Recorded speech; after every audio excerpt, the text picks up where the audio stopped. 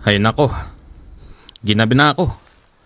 Pero sigurado ako matutuwa ang tatay dahil nasingil ko yung mga matagal nang hindi nagbabayad sa kanya ng utang. Ano kaya ulam? Meron pa kayang pasyente si tatay? Natatanaw ko na yung kubo ko. Yung kubo namin. Gutom na ako. Teka, bakit nakasarado to? Tay? Tay? Wala kayang itay? Tay? Teka. Tay? Anong nangyari sa'yo? Hindi. Paano? Tay, gumising ka. Gumising ka, itay.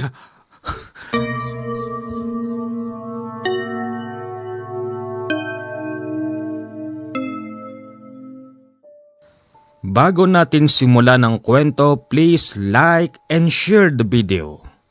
Sa mga bago naman nating taga-subaybay, huwag kalimutan mag-subscribe bilang suporta sa ating mahinang channel.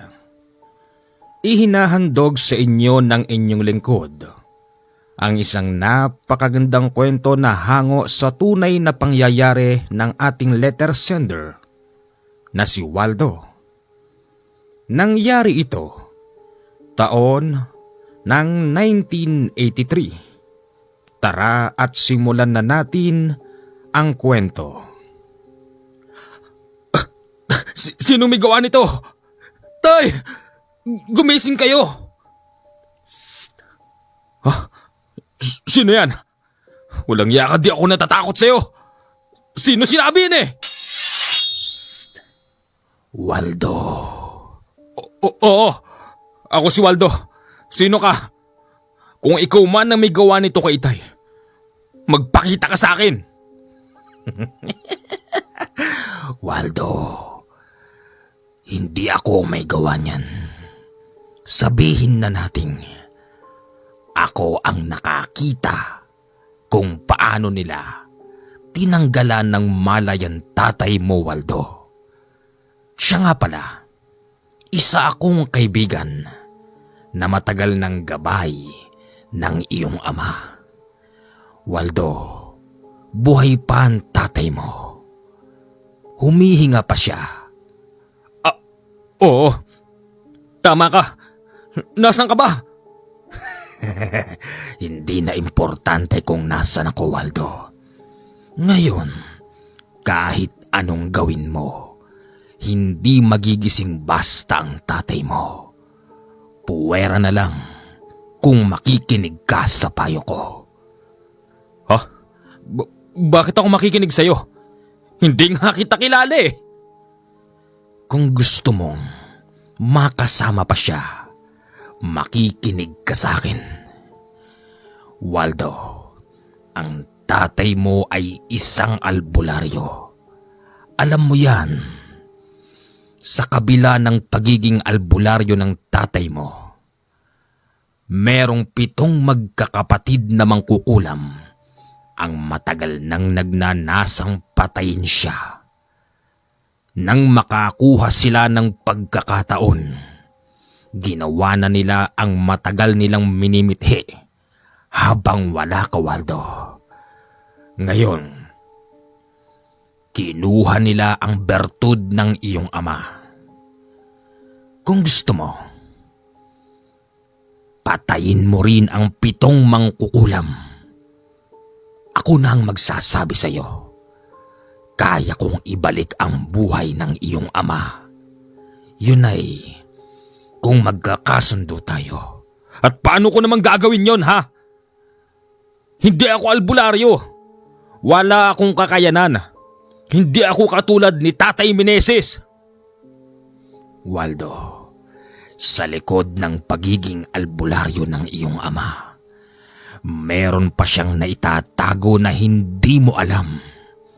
Malalaman mo rin yan kapag kusang lumabas ang matinding galit mo kapag nasa harap mo na ang taong gumawa niyan sa iyong ama. Sabihin mo sa akin Kung gusto mo pang makasama ang ama mo, ituturo ko sa iyo ang eksaktong lugar ng 7 mangkukulam para patayin sila. At paano ako makakasigurado na maibabalik pa si Itay Meneses kapag napatay ko yung 7 mangkukulam na yan? Maniwala ka sa akin. Kilala ako ng ama mo. Ako ang gumagabay sa kanya sa loob ng mahabang panahon. Bago siya magkaganyan, sinabi ko sa kanya na ipaparating ko sa iyo ang lahat. Sino-sino ba mga yon? Sabi mo sa akin! Gagante ako!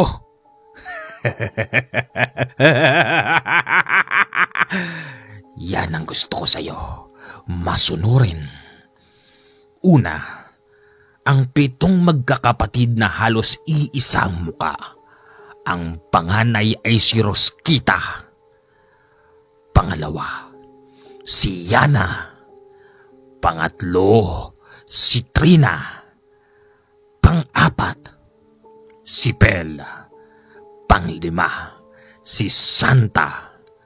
Pang-6, si Bane. Pang-7, si Donya.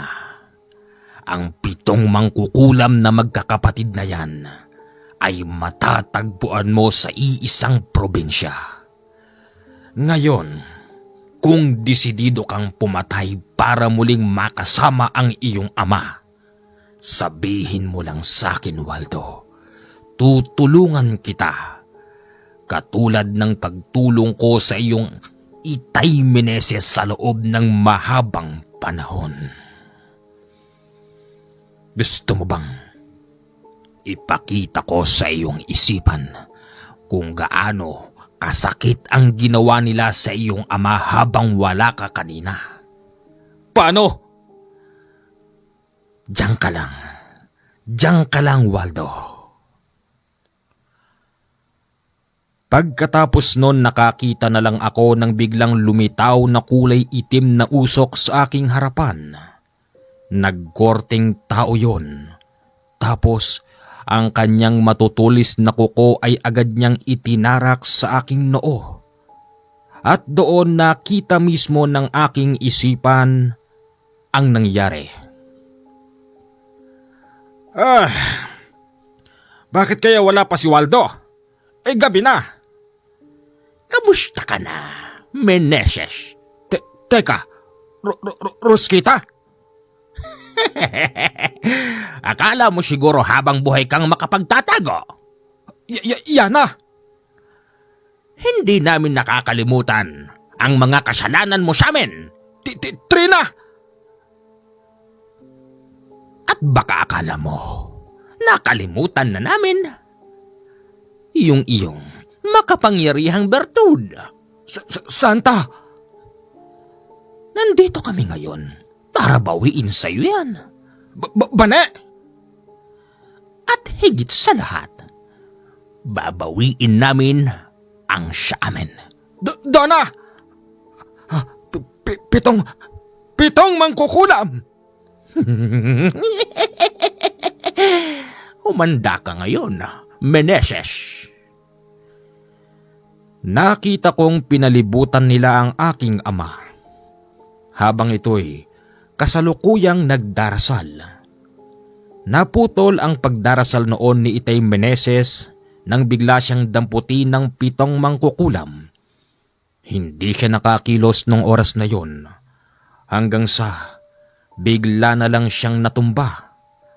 At isa sa 7 mangkukulam ang dumukot sa kanyang tiyan. Nakita ko rin nang ilabas ng isa sa mga ito yung sinasabing bertud ni Itay Meneses. Nang makuha ng isa yung bertud, inangat niya ito at sabay-sabay silang naghagalpakan. Kasabay din noon ang paghilom ng butas sa tiyan ni Itay Meneses. Tapos binitiwan nila ng ganon-ganon na lang. Nabagok pa nga noon ang ulo ni Itay Meneses sabay layas ng 7 magkakapatid na mangkukulam. Ah! Ganon ang totoong nangyari. Ipinakita ko lang sa'yo kung gaano sila kabrutal. Hindi ko maintindihan. Gaano ba kahalaga sa kanila ang bato na yon? Para sa mga mangkukulam, mas mahalaga pa ito kesa sa pera at sa ginto. Ang bertud na pinag-aagawan nila sa loob ng mahabang panahon ay nakapagbibigay sa kanila ng karagdagang buhay, lakas at kapangyarihan. Ngayon, susunod ka na ba? Oo. Pero paano? Wala akong laban sa kanila. Huwag kang mag-alala, kaibigan. Nandito ako sa likod mo. Akong bahala sa'yo. Katulad ng sinabi ko, sa likod ng pagiging albularyo ng iyong ama, meron pa siyang naitatagong hindi mo nalalaman at yun ay naipasa sa'yo. Lalabas yun kapag lumabas na rin ang matinding galit mo kapag kaharap mo na ang 7 mangkukulam. Bibigyan lang kita ng babala. Ang magkakapatid na yan ay merong iba't ibang lugar sa iisang probinsya at lahat ng kanilang tinitirhan ay protektado ng mga masasamang tao, lalo na ang panganay na si Rosquita, kaya't kinakailangan mo mag-ingat. At bago ko makalimutan, merong isang taong mapaglinlang. Kapag nakita mo siya, huwag kang maniniwala sa lahat ng sasabihin niya. Sino siya? Siya si Nolesto. Ang taong yan ay mapaglinlang. Ang taong yan ang siyang namuno sa pagkuha ng makapangyarihang bertud ng iyong ama. Lahat gagawin niya para malinlang ka. Pero huwag kang basta maniniwala, Waldo. Sa oras na maniwala ka sa matatamis na salita ni Nole, hindi mo na makakasama pa ang iyong ama.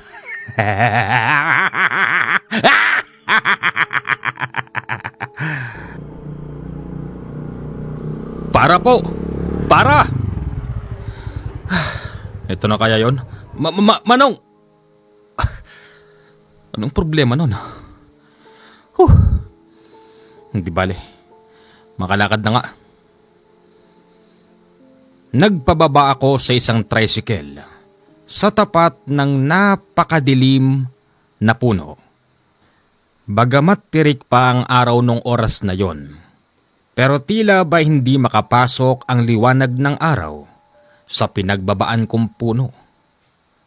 Boundary yon ng isang bayan kung saan itinuro sa akin ng boses na doon ko raw matatagpuan ng isa sa 7 mangkukulam na pumatay o nagtanggal ng malay ni Tatay Meneses.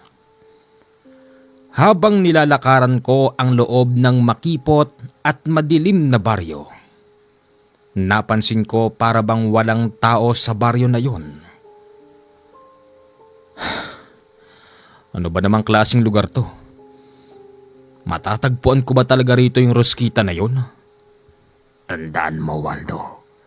Lahat ng mga tinitirahan ng 7 mangkukulam ay protektado ng mga masasamang tao. Huwag kang magtitiwala.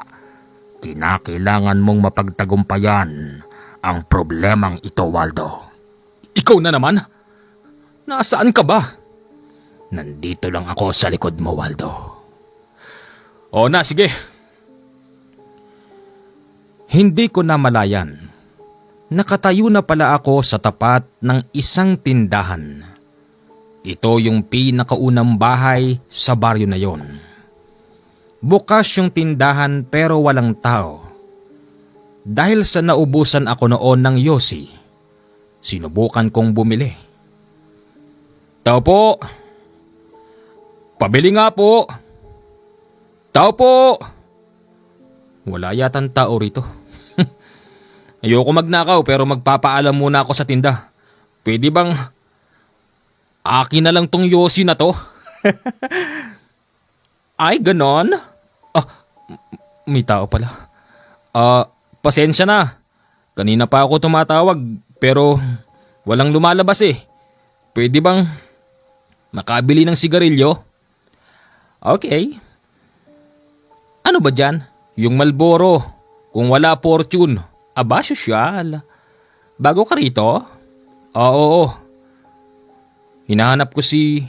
Huwag mong babanggitin yung pangalan niya. Si Manang Kita. Sinong Kita? Wala akong kilalang Kita. Baka Roskita meron. Huwag mong aaminin. Siguro. Baka nga siya yun. Teka.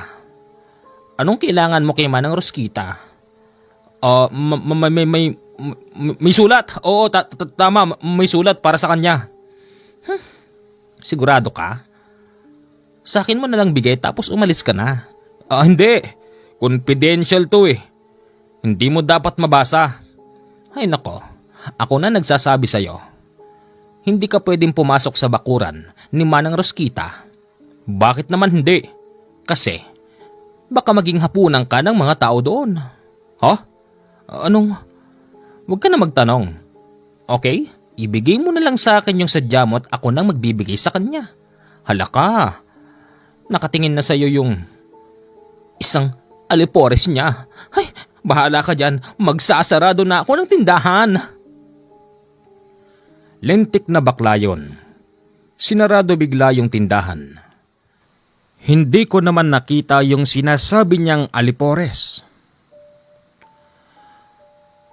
Brad, Sino yun? dito ako sa likod mo. Sino ho kayo? Narinig ko. Hinahanap mo raw si Manang Roskita. Halika. Nandun siya nakatira. Waldo, huwag kang magtitiwala basta. Oo. Sumama ako sa lalaking yon kahit na hindi ko alam ang pangalan. Pero nararamdaman ko na merong kakaiba sa kanya. Si Manang Roskita pala ay nakatira sa isang malawak na kubkuban. Ayon doon sa lalaking humatak sa akin, yung mismong gitna raw, ang kubo ni Manang Roskita. Ayon pa rito, nag-uupa lang daw doon ang matanda. Kapag ganong oras daw wala doon ang matandang Roskita. Mamayang hapon pa raw ito uuwi dahil nagtitinda daw ito ng karne sa palengke. May bisita tayo rito. Wika nung isang lalaki. Pinaupo niya ako sa upuang kahoy. Tapos may batang lumapit sa akin at hinahatiran ako ng tubig. Panauhing pandangal, inom ka muna ng tubig. Salamat. Bago ko inumin yung tubig, tinitignan ko muna kung merong gumagapang sa loob. Malinis naman tapos malamig.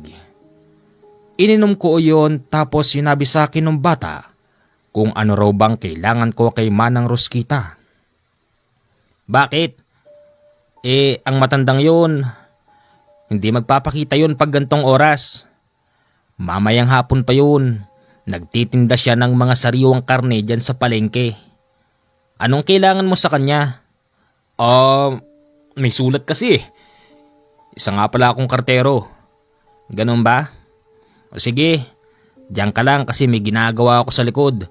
Nagsisibak ako ng kahoy kasi mamayang gabi meron kaming papalambutan na malaking baboy. Diyan ka lang kuya, pag gusto mo ng pagkain, tawagin mo lang ako. Siya nga pala. Ako nga pala si Tyrone. Waldo. Waldo pangalan ko. Sige Kuya Waldo, diyan ka lang ha. Ang napansin ko nung oras na yon, para bang napakainit ng pagtanggap sa akin ng mga tao. Aminado kong hindi pa ako kumakain nung araw na yon. Nang makaramdam ako ng gutom biglang, meron na namang lumapit sa akin na bata. Inaabutan ako ng isang platong kanin na merong ulam na baboy. Agad ko naman yung kinuha at nagpasalamat sa bata. Gusto ko pa sana siyang tanungin pero bigla na lang itong umalis. Napansin ko sa batang yon para bang hindi siya tumitingin sa akin ng mata sa mata. Ang sarap! Grabe! Masarap ba? Oho. Napansin namin, nagugutom ka na, kaya pinadalang kita ng pagkain sa anak ko. Ganun ho ba? Kuya, kaano-ano niyo ho ba si Manang Rosquita? Sabihin na natin, si Manang Rosquita, kagalang-galang na matanda, kinatatakutan at nirerespeto. Marami pang sinasabi ang lalaking yun, pero pumukaw ng pansin ko yung 4 na lalaki na may bit-bit na naglalakihang kawali papunta sa likod ng isang kubo. Kuya, bakit may mga dala silang kawali? Kasi mamayang gabi, meron kaming palalambutan na malaking baboy. Ganun ba? Taman-tama. Makakakain ka ron. O sige. Sige, diyan ka lang. Tutulong lang ako sa paghahanda. Okay. Siguro, yun yung binebenta ni Aling Rosquita. Pumasok na naman sa isipan ko yung boses. Sinabi nito sa akin yung salitang ingat at huwag magtitiwala. Ewan ko ba nung oras na yon pagkatapos kong kumain bigla akong nakaramdam ng antok. Sakto pa naman sa hinihigan kong kahoy merong nakalapat na duyan. Mabilis akong sumakay doon at nakatulog. Nagising na lang ako bandang. Nagdidilim na dahil ginigising ako ng batang nagbigay sa akin ng pagkain. Kuya! Kuya! Oh! Teka, madilim na. Kuya, nandyan na po si Manang Rosquita. Hinahanap ho kayo. Ayun o, sa pintuan ng kubo niya. Oo, sige, salamat. Nilapitan ko si Manang Rosquita. Unang tingin ko pa lang sa kanya mukha naman siyang mapagkakatiwalaan. Nakita ko rin na tinititigan niya ako ng mata sa mata. Tapos bababa yung tingin hanggang sa paa. Magandang hapon po, Manang Rosquita. Isa ho akong kartero. May sulat ho kasi para sa inyo. Sa isip-isip ko nung oras na yon, kung papapasukin niya ako sa sarili niyang kubo, doon ko na gagawin ang masama kong balak. Dahil meron ako nakasukbit na kutsilyo sa tagiliran. Ganun ba? Halika, pasok ka. Salamat po. Pagpasok ko sa loob, sinarado ni Manang Rosquita yung pinto. Akmang bubunutin ko yung kutsilyo ng biglang. Asan na yung sulat? Nandito ho sa bag. Sige, maupo ka muna. Naupo naman ako nang sabihin niya yon. Pumasok siya sa kwarto tapos paglabas, may inaabot ito sa akin na isang bagay na hindi pamilyar sa akin. Ano ho ito? Tignan mo. Isang kahon yun. Kahon na kulay itim at nang pagbukas ko, para bang may lumiwanag na bagay, kaya ako biglang nasilaw. Ano to? Bakit may ganito? Akala mo siguro hindi ko alam kung anong pinunta mo rito.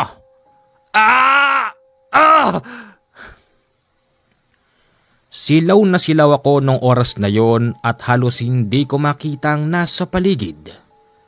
Hindi ko namalayan.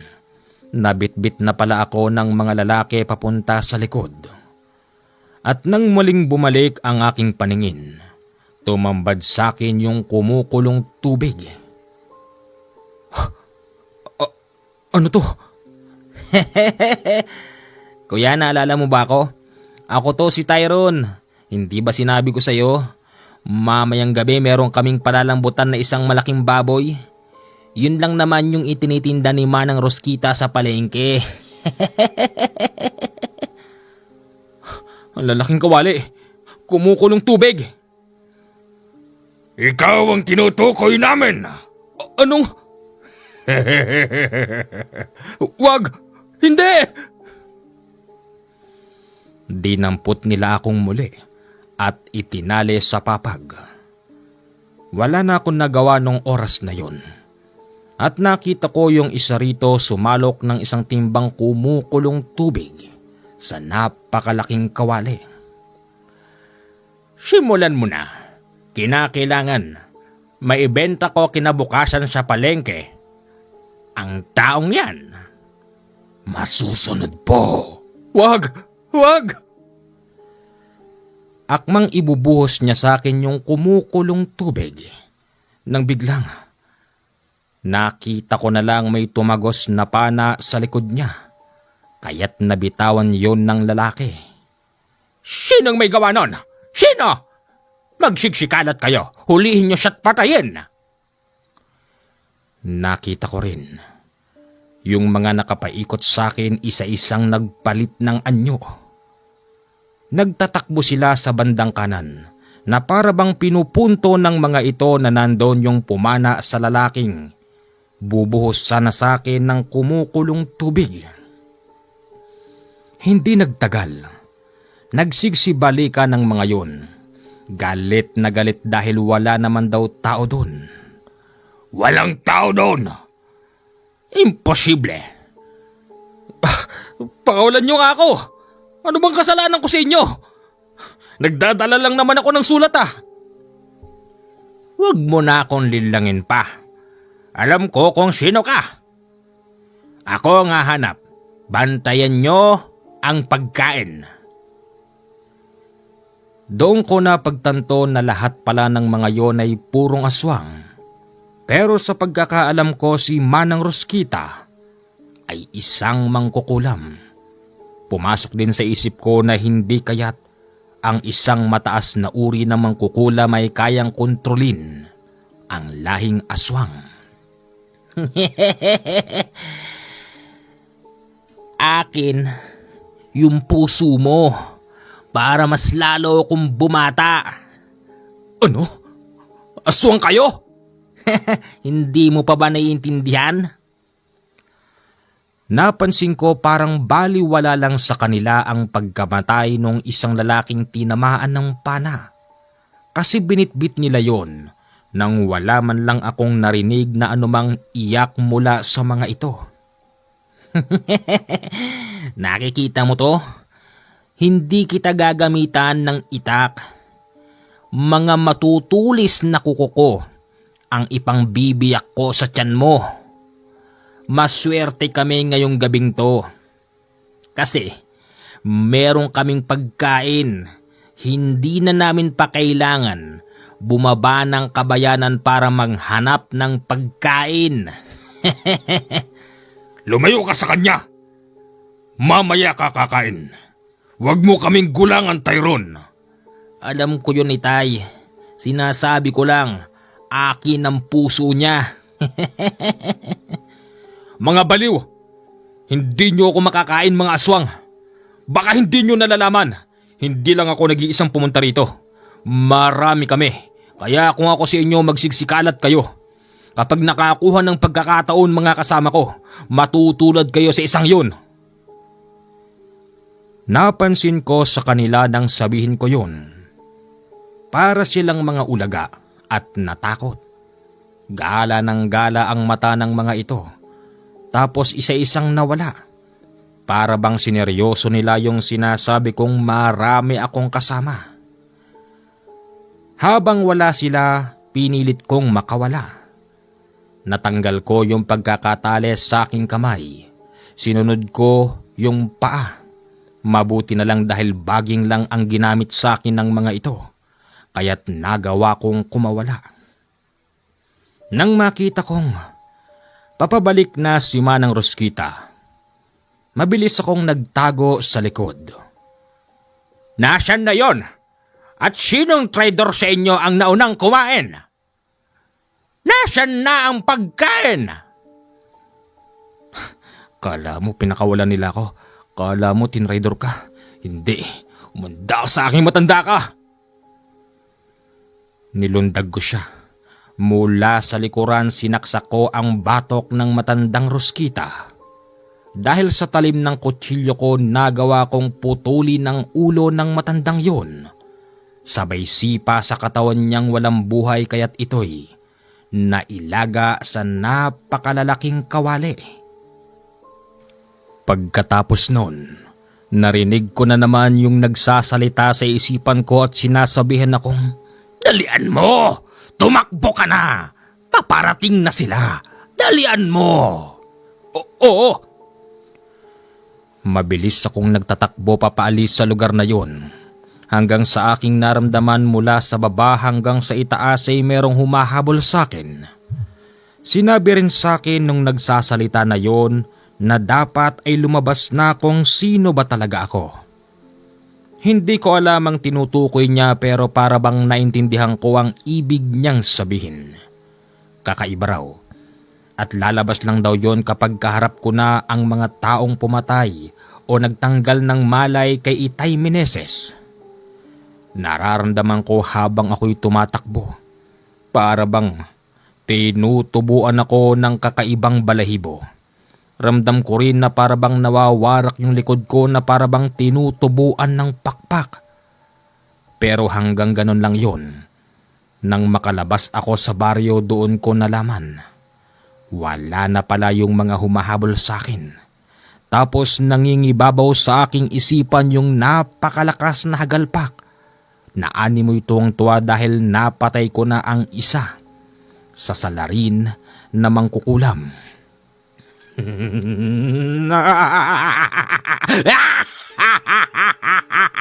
Magaling ang ginawa mo. Nakakaisa ka na, Waldo. Magaling. Meron pang 6. Tandaan mo, nandito lang sa loob ng isang probinsyang to. Ang mga yon. Lumayo ka na. Magpahinga ka muna, Waldo. Nang tuluyan na akong nakalayo sa lugar na yon, natumbok ko ang isang bayan na merong ilaw. Bandang 8:00 pa naman doon pero kitang-kita ko na para bang abalang-abala ang lugar na yon. Tumapat ako sa isang kainan kung saan meron isang dalagang nagtitinda. Napakaganda ng babaeng yon sa aking paningin. Yes po? Yes? Pwede bang kumain dito? Opo naman. Upo po kayo, mister. Waldo. Ako si Waldo. Christy po. Ako po ang owner po rito. At ako na rin po ang nagtitinda. Oh? Sipag mo naman. Hala, mister. Bakit parang pagod na pagod ka? Ba't ganyan itsura mo? Dayo kasi ako rito. Hindi ko alam kung saan ako napadpad eh. Nasuot ako kung saan-saan. Yun namang lintik na tricycle driver. Binaba ako kung saan para bang takot na takot. Ay ganon? Baka sa baryo Sumangya yun. Sumangya? Sumangya nga ba tawag doon? Naku. Pugad ng... Basta, never mind. Sige, kumain ka na. Hindi ko alam sa sarili ko kung bakit bigla akong natakam. Nang makita kong merong isang timba na hilaw na baboy, ang dinaan sa harapan ko habang bitbit ito ng 2 tao. Mister, ito na po yung pagkain mo. Ha? Ganun ba? Salamat. Hindi maalis-alis sa tingin ko yung isang timbang karne ng baboy. Kahit na sumusubo ako ng pagkain ng oras na yon, nakapako pa rin doon ang tingin ko. Mas lalo akong natakam nang alisin sa timba yung baboy lalo na't nang tumulo ang sariwang dugo nun. Hindi ko na malayan. Tumayo na pala ako at nilapitan yung lalaking may bitbit ng baboy. Hoy! Ba't nandito ka? Doon ang kainan, hindi rito. Sabi ko doon ang kainan, hindi dito. Oo, naku. Pasensya na ho. Ay, mister! Kusina po yan! Oo nga no? Hindi. Tinitignan ko lang yung, yung baboy. Parang gustong bumili. Magkano ba yan? Hindi namin to tinitinda. Ititinda lang namin to kapag luto na. Ano ka ba? Doon ka na nga, inaabala mo kami. Oho, pasensya na po. Pasensya. Kayo talaga mga dayuhan. Akala nyo sa aming mga probinsyano, madali nyo kaming mauto. Aba, akala nyo, makapangloloko kayo rito pues nagkakamali kayo. Kuya Winston, hayaan mo na. Sige ho, ma'am. Pagkatapos noon, hindi ako pinagbayad ng magandang may-ari ng kantin. Aalis na sana ako pero bigla niya akong in-interview. Kuya Waldo? Po, ito po'y bayad. Naku, hindi na. May tatanong ako sa iyo eh. Ano bang ginagawa mo sa lugar na yun? Ha? Kasi, isa akong kartero. Ganito pala buhay ng kartero. Maliligaw ka, may habol sa iyong aso, mga ganun ba? Ganon? Saan ka tutuloy niyan? Wala pa nga eh. Pero baka sakaling merong matuluyan dito kahit bayaran ko na lang. Kung gusto mo, dito ka na lang. Ha? Pwede ba? Bakit naman hindi? Kung gusto mo lang, libre na kahit isang gabi lang. Sige, sabi mo yun ha? Oo. Akala ko doon mismo sa karinderya. Pero hindi pala. Meron palang nakabukod na bahay ang babaeng yun. Pinapasok niya ako sa bahay niyang hindi namang kalakihan, pero napakalinis. Sa isip-isip ko mukhang nagamit ko rin ang aking itsura at katawan para akitin ng isang napakagandang babaeng katulad niya. Binigyan niya ako ng damit, ng brief at ng salawal. Itinuro niya rin sa akin ang isang hindi namang kaliitan na kwarto. Ayon sa kanya, doon daw muna ako dapat na magpahinga. Sa labas naman ng kwarto, merong CR para sa mga bisita. Sige na, maghugas ka na ng katawan mo, kuya. Magpahinga ka na rin. Oy, wag mong isipin na may gusto ako sa'yo, ha? Gusto ko lang makatulong. Salamat. Salamat kung ganun. Okay. Pagkatapos kong mag-shower, mabilis akong nakatulog. Ewan ko ba kung bakit gano'n na lang ang panaginip ko nung oras na yon.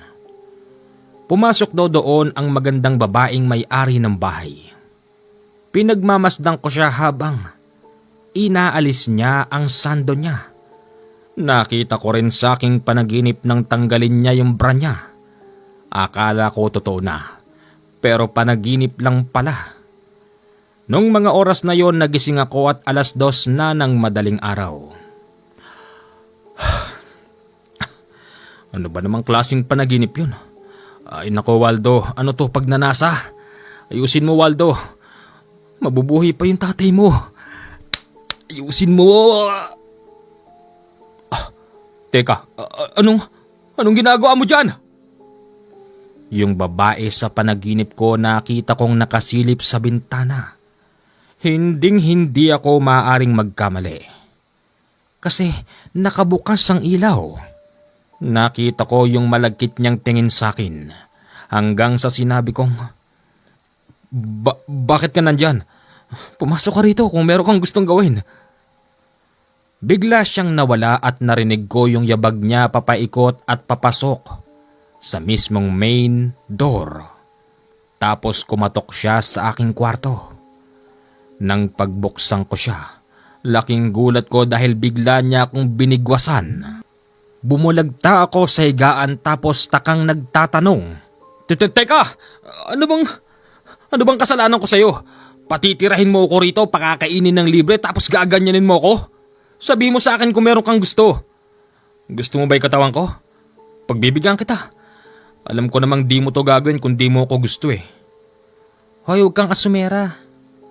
Akala mo ba hindi ko alam? Isa kang aswang. Ano?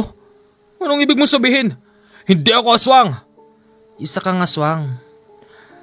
Hindi mo alam. Matagal ko nang gustong pumatay ng aswang. At ito na ang pagkakataon. Dahil salot ang mga aswang na yan. Pinatay nila ang lolo ko at ang inang ko. Ngayon, wag mo isipin na meron akong gusto sa'yo. Hindi ako makukuha ng magandang itsura mo. Teka, hindi nga ako aswang. Nararamdaman ko, aswang ka. Sinabuyan niya ako ng isang dakot na asin. Tapos pinitpit na bawang. Ramdam ko noon yung init pero hindi masyado. Ganun pa man hindi ako nag-react. O ano? Napatunayan na. Sabi ko sa iyo hindi ako aswang eh. Teka, akala ko aswang ka. Hindi nga. Asan? Asan ang aswang? Ma'am, asan ang aswang? Dito kuya. Naku, nalintikan na. Ang ginawa ko ng oras na yon, itinulak ko si Christy. Kaya't mabilis akong nakalabas. Nasa lubong ko yung isang matandang merong hawak na malapad na pangtadtad ng baboy. Agad ako nitong hinalipaw pero nakalihis ako. Tinadyakan ko matandang yon para makatakas ako sa bahay. Hindi lang yon. 4 na lalaki pang may bitbit na pangtadtad ng baboy. Lahat sila sinalubong ako pero hindi nila ako inabutan. Nang makalayo ako sa lugar na yon, napaupo na lang ako sa isang tabi. Akala ko swerte na. Malas pala nga abutin ko. Langya, muntik na ako dun ah. Ang babaeng yon ay apo ng albularyo. Galit yun sa mga aswang. Bakit kasi nagtiwala ka sa magandang muka ng babaeng yon? Akala ko kasi may gusto siya sa akin eh. Tanga! Hindi ganun yon. Sa susunod, mag-iingat ka na kung gusto mo pang makasama ang ama mo. Oo, alam mo pala bakit di mo man lang sinasabi.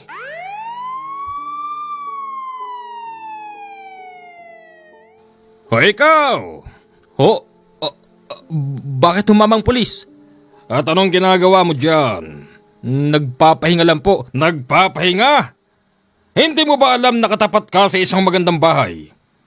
Tumawag sila sa amin dahil meron kang kahina-hinalang galaw. Nako, hindi ko alam. Ang alam ko isang puno lang to pero may malaking bakod pala dyan. Umalis ka na dyan kung ayaw mong ikulong pa kita. Yes sir. Tatalikuran ko na sana yung matabang pulis nang bigla niyang hawakan yung bag ko. At anong laman ng mga ito? Ha? Wala ho yan, mga gamit ko lang po yan. Patingin. Buksan mo. Sir naman, buksan mo. Oho. Binuksan ko yung bag ko at tumambad sa kanya ang iba't iba kong gamit pampaligo. Sabon ah. Akin na lang tong isang to. Sir, wag naman po. Galing pa ho ng malayong lugar yan eh. At nagre-reklamo ka? Baka gusto mong tuluyan pa kita ngayon dyan. Nako, hindi naman po sa ganoon. Sige ho, sa inyo na po yan. Umalis ka na. Baka tuluyan pa kita dyan eh. Pasensya na po. Habang naglalakad ako, narinig ko na naman yung nagsasalita.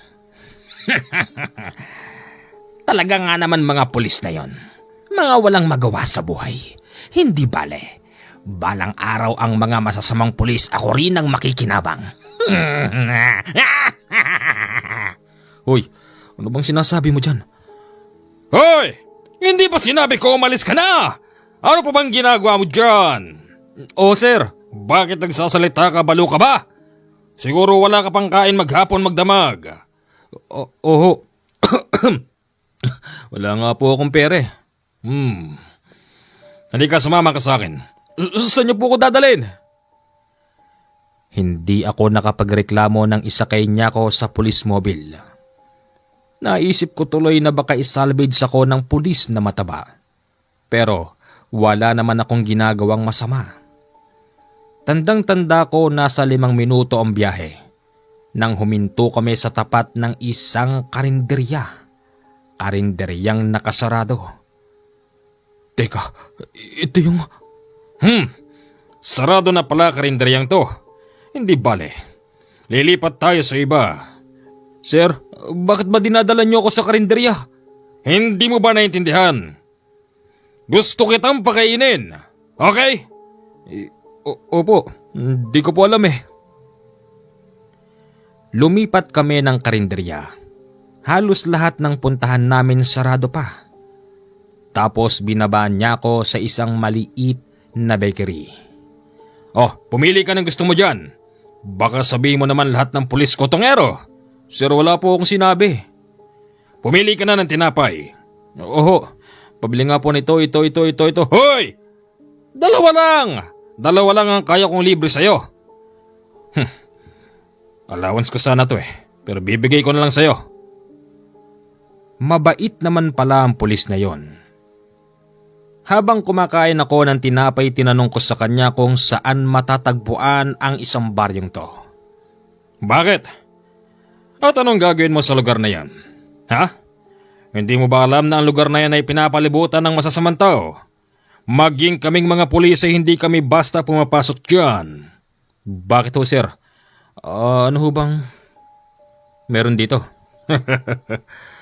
Iho, sa lugar na yan, merong isang matandang kinatatakutan, nirerespeto, binibigyan ng galang. Bakit sino ho siya? Si Matandang Yana. Si Matandang Yana ay isang mangkukulam. Mangkukulam? Huwag mong ilakas. Baka mamaya marinig tayo nun, malintikan pa ako. Si Matandang Yana ay isang mangkukulam. Ang matandang yun ay kinatatakutan ng kahit sino man dito. Maliban na lang kung hindi siya kilala.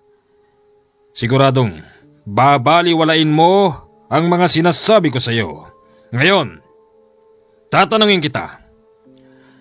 Anong kailangan mo sa lugar na yan? Manang Yana, teka ho Tama. Manang Yana nga nakalagay dito. Sulat po. Sulat? Bakit ano ka ba? Kartero po. Kartero? Lintik. Akala ko basurero. Akala ko pulube. Sige na. Huwag ka magtatagal doon sa lugar na yun, ha? Yes, sir. Lumakad ka na! Antayin kita rito. Kapag hindi ka nakabalik sa loob ng isang oras, pasusundan na kita dyan.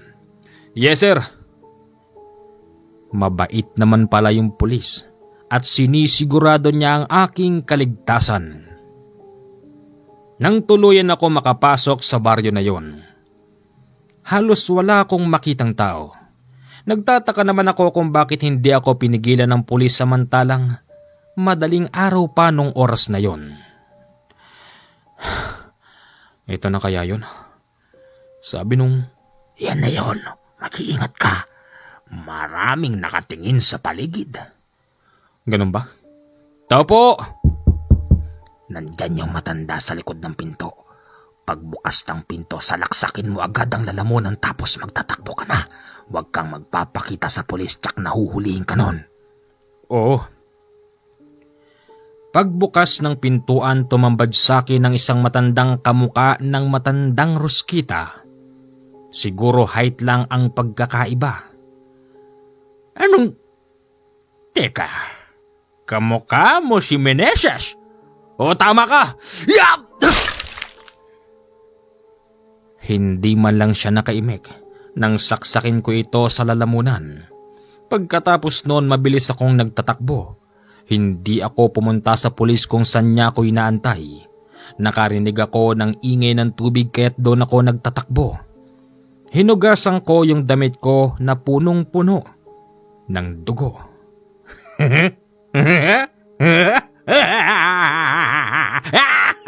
Magaling! Nakakadalawa ka na! Sabihin mo nga sa akin, mangkukulam ba talaga yon? Si Aling Yana ba talaga yon? Bakit parang walang kakaiba sa matandang yon? Baka nagkakamali ako. Hindi ka nagkakamali. Yun ang isang mangkukulam na gumawa ng masama sa iyong ama. Kaya huwag kang mag-alala. Okay lang yan. Pagkatapos kong maghugas ng damit, narinig ko na yung sirena ng pulis at alam kong papasok na yon sa loob ng baryo.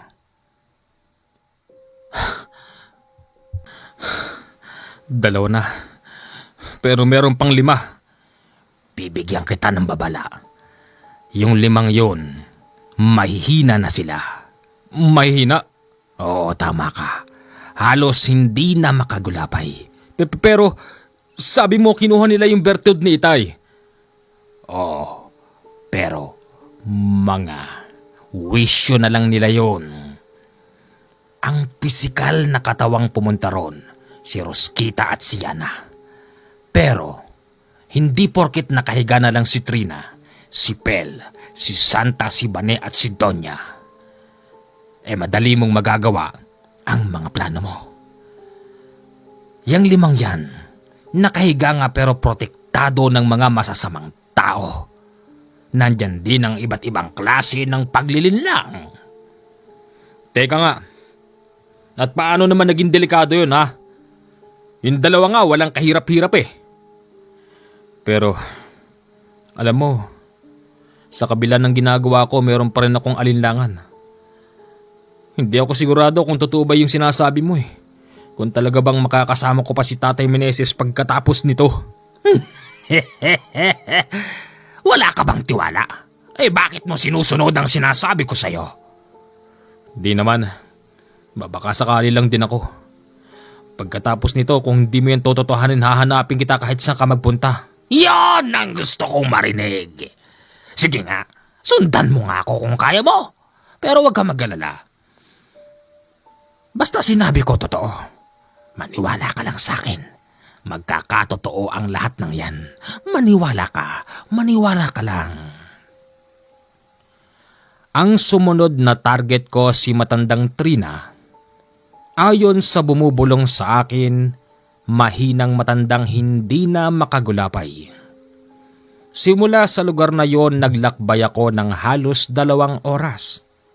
Sikat na yung araw nung oras na ito. Pagod na pagod at antok na antok ako nung mga oras na yon. Dito muna ako. Magpapahinga muna ako. Pakawari ko, mabilis akong nakatulog. Tapos, meron akong naririnig. Yun na namang boses na nagsasalita. Gumising ka. Gumising ka. Gumising ka, Waldo. Bigla akong nagising. Pagmulat ng aking mga mata, ang nabungarang ko isang lalaking nakasuot ng sandong puti. Nananaba ko yun sa harapan ko habang nakangiti. Ikaw? Sino ka? Bakit ka tumatawa? Sino ka sinabi? Waldo, Waldo, Waldo. Nakakadalawa ka na. Puring-puri ka ng bumubulong sa'yo, Waldo. Huwag kang magtitiwala sa kanya. Siya si Nolesto. Nolesto? Ikaw si Nolesto?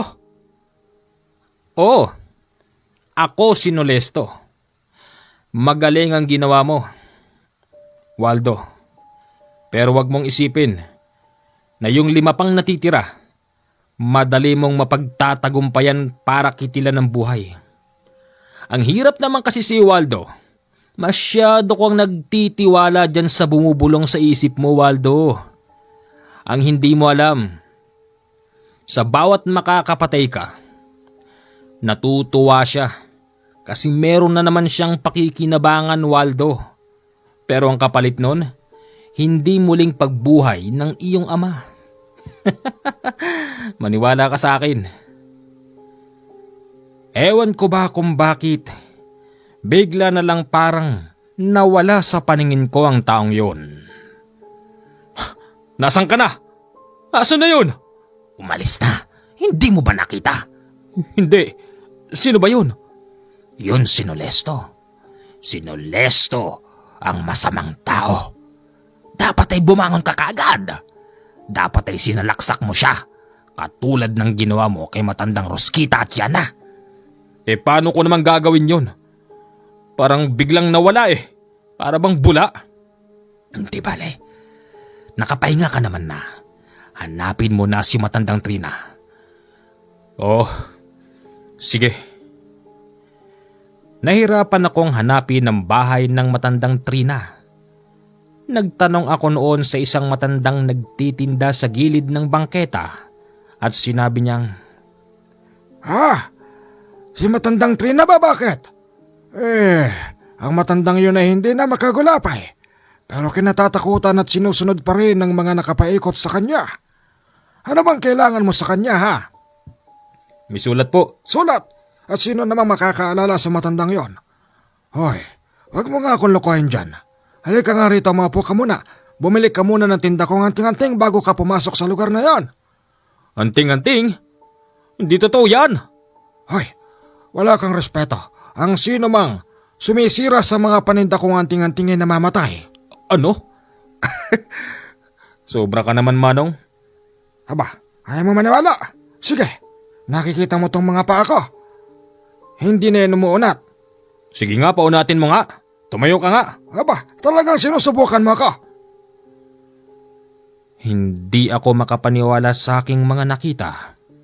Yung matandang baluktot ang paay umunat ang paa tapos tumayo. Nang lalaki ang mga mata ko lalo na't nang bigla niya akong suntukin sa noo. Pakawari ko'y sinipa ako ng kabayo. Sa lakas ng pagkakasuntok ng matanda tumilapon ako sa malapit na nagtitinda rin ng mga palamig. Ay ano ba naman yan? Itong matandang to, pati ba naman yung dayo kinukrusyonada para lang makabenta ng anting-anting? Ay bakla, wag mo akong masabi-sabi ng ganyan ha. Pag ikaw diskarte mo, hindi kita. Inaano ha? Ay, sinira mo na yung paninda ko! Hoy ikaw, bayaran mo yung paninda kong nasira. Ano? Bakit ko naman babayaran? Iwanan mo na yan. Bala ka dyan. Teka, narinig ko. Hinahanap mo yung bahay ni matandang... Matandang ano? Matandang Trina? Oo, bakit? Doon yung bahay noon. Sige na, umalis ka na. Sisingilin ko tong matandang to. Sige, pasensya na. Nakita ko yung bahay ni matandang Trina. Isang bulok na bahay na lumang-luma na pero malaki. Para bang panahon pa ng hapon ng mga yun. Ito pala yun? Teka, sino yung dalawang lalaki na yun? Pakawari ko, mayaman ang matandang yun. Kasi merong dalawang lalaking nakatayo doon na para bang nagsisilbing security guard. Mga nakaitim tapos nakashades din ng itim. Ang buhok ng mga ito'y hagod na hagod. Isa ron nang lumapit sa akin tapos nagtanong. Brod, may kailangan ka ba? Dito ho ba yung bahay ni matandang Trina? O dito. Ano ba kailangan mo ha? May sulat ho kasi para sa kanya. Akin na. Aba hindi. Kailangan siya makabasa. Ganun ba? Teka sandali lang. Laking gulat ko. Lumabas ang matandang Trina pero nakasakay sa wheelchair at itinutulak ng isang lalaking nakaitim. May kailangan ka daw. Kayo ho ba si Manang Trina? Ako nga. Anong kailangan mo? Sulat po. Kunwari, binubuksan ko yung bag. Kunwari, ilalabas ko na yung sulat. Pero ang totoo nun, hawak ko na ang aking patalim. Tinitignan ko lang yung mata ng lalaking nagtutulak ng wheelchair para makakuha ko ng pagkakataon upang salaksakin sa leeg ang matandang yun. Nung mga oras na ito, para ba akong taong walang puso at papatay ako ng isang matandang hindi na nakakatayo. Inisip ko na lang na sila yung mga taong salarin kung bakit nagkaganon si Itay Meneses. Hayop kang matanda ka. Itong sayo! Bago pa man tumama yung dulo ng kutsilyo ko sa muka ng matanda, nahawakan na ng pinaka-bodyguard niya ang aking braso. Napakatigas ng braso nun. Pinilipit niya ang braso ko tapos binitiwang ko ng kusa ang hawak kong kutsilyo. Narinig kong sumigaw ang matandang yon. Sinabi nito na ipasok na raw ako sa loob. May lumabas pang 4 na lalaki at ipinasok ako sa loob ng lumang bahay. Pagdating doon nakita ko yung isang nakakatakot na ribulto. Hinarap nila ako doon tapos tinalian. Ikaw ang kukumpleto sa aking buhay. Pagkatapos nito siguradong ako'y kakalooban na ng panibagong buhay. Akala mo siguro hindi ko alam na anak ka ni Meneses. Naamoy ko ang dugo niya sa'yo. Pasensya ka na, pero ang mga aswang na katulad mo'y hindi na dapat bang binibigyan ng pagkakataon. Alam mo pala para sabihin ko sa'yo, yung dalawang mas nakakatanda sa'yo patay na. Ano? Anong? Oo, totoo. Pinatay siya ni Nolesto. Hindi totoo yan. Hindi yan totoo. Imposibleng gawin yon ni Nolesto sa aking mga kapatid dahil meron silang kasunduan. Pero yun ang totoo. Nakita ko kung paano patay ni Nolesto. Si Rosquita at si Yana. Kala mo Hindi tumalabang pangloloko ko sa kanya. Kasi tinawanan lang ako ng matandang yun. Ito ba ang hinahanap mo? Ang bertod ng iyong ama? Sinusubukan mo pa kaming pagsabungin? Huwag ka mag-alala, bata. Alam ko nangyayari at alam ko rin na ikaw ang pumatay sa aking dalawang nakakatandang kapatid. At alam ko rin kung sinong gumagabay sa iyo. Mag-iingat ka baka balang araw ikaw ang balikan niyan. Anong plano mo? Ano pa? Iaalay kita sa aking sinasamba. Hindi! Nakatali na ako noon sa isang nakakatakot na ribulto o sa harapan noon habang ang matandang Trina pinipilit na tumayo. Hawak-hawak na ito ang isang matulis na kutsilyong para bang gawa sa bato. Hindi mo maitutuloy yan. Alam ko, wala ka ng lakas para pumatay. Pero gagawin ko ito para ako'y mabuhay. Hindi. Anong?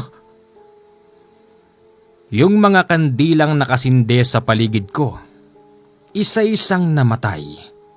Tapos yung mga lalaking nakaitim, para bang mga natatakot na. Anong nangyayari? Hindi namin po alam. Hindi matutuloy ang masama niyong balak. Ayan! Andiyan ay kaibigan ko! Umanda kayo ngayon! Dahil sa namatay yung ilaw, halos wala na kaming makita. Ramdam ko na lang na para bang may nagkakalag na sa aking pagkakatali sa paa at sa kamay.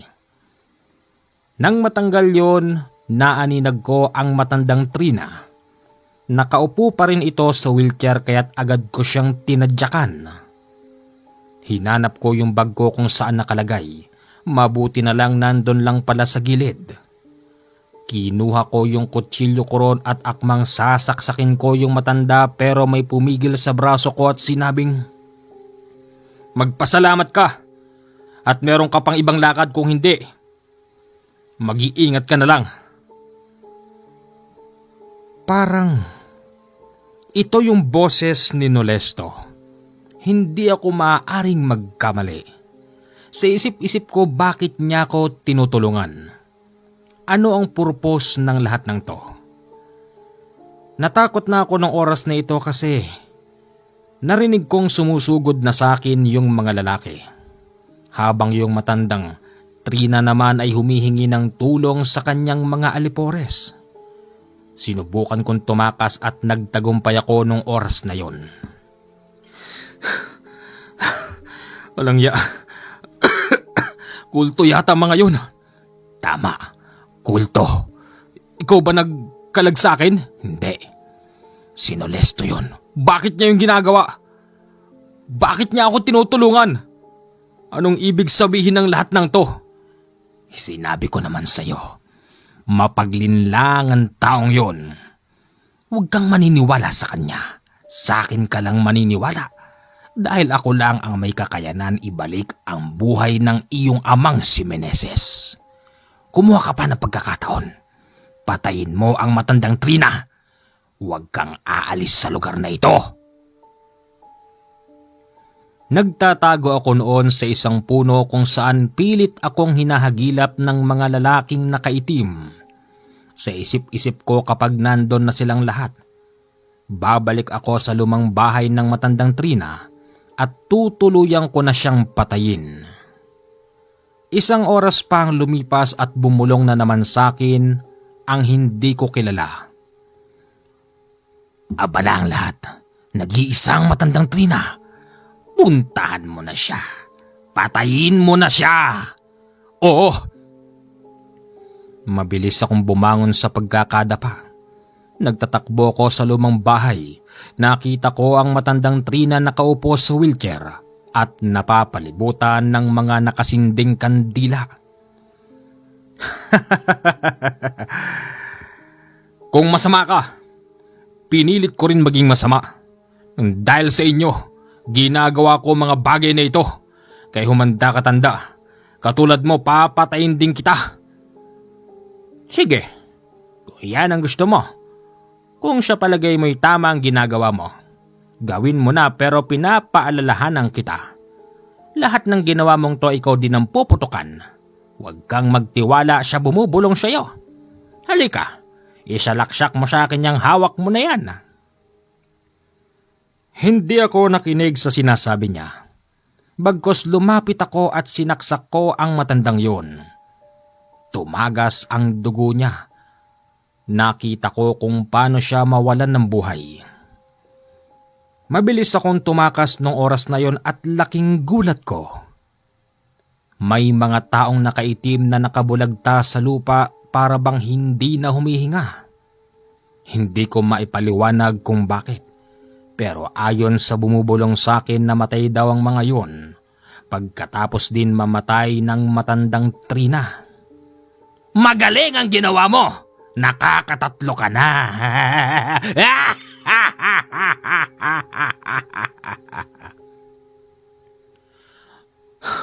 Sino na kasunod?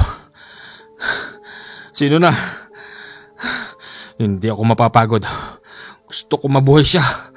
Huwag ka mag-alala. 4 na lang. 4 na lang. Umalis ka na rito bago pa dumating ang mga otoridad. Oh, alis na ako rito. Ang sumunod na pakay ko si Matandang Pel. Ayon sa bumubulong sa akin, doon daw yon nakatira sa malayong kabihasnan, kung saan hindi basta napapasok ng kung sinong tao ang lugar nito. Babala pa sa akin ng bumubulong sa akin, delikado raw ang papasukin ko. Hindi raw aswang, hindi kung sino ang pumoprotekta rito. Bagkos, isang makapangyarihang ermitanyong bantay ng lugar na yon. Kailangan mo mag-ingat. Magaling ang ermitanyo na yon. Kilala ba siya ni Nolesto? Oo, kilalang kilala. Hindi mo siya basta malilinlang. Ang ermitanyo, mahilig uminom. Daanin mo siya sa ganyan.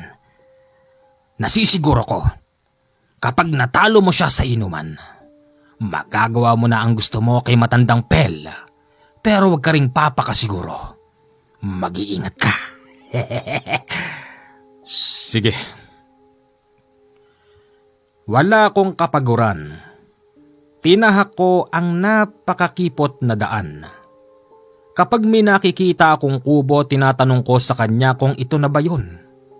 Ayon sa kanya, hindi raw yun. Pero ang nakatira daw doon ay napakadelikadong tao din.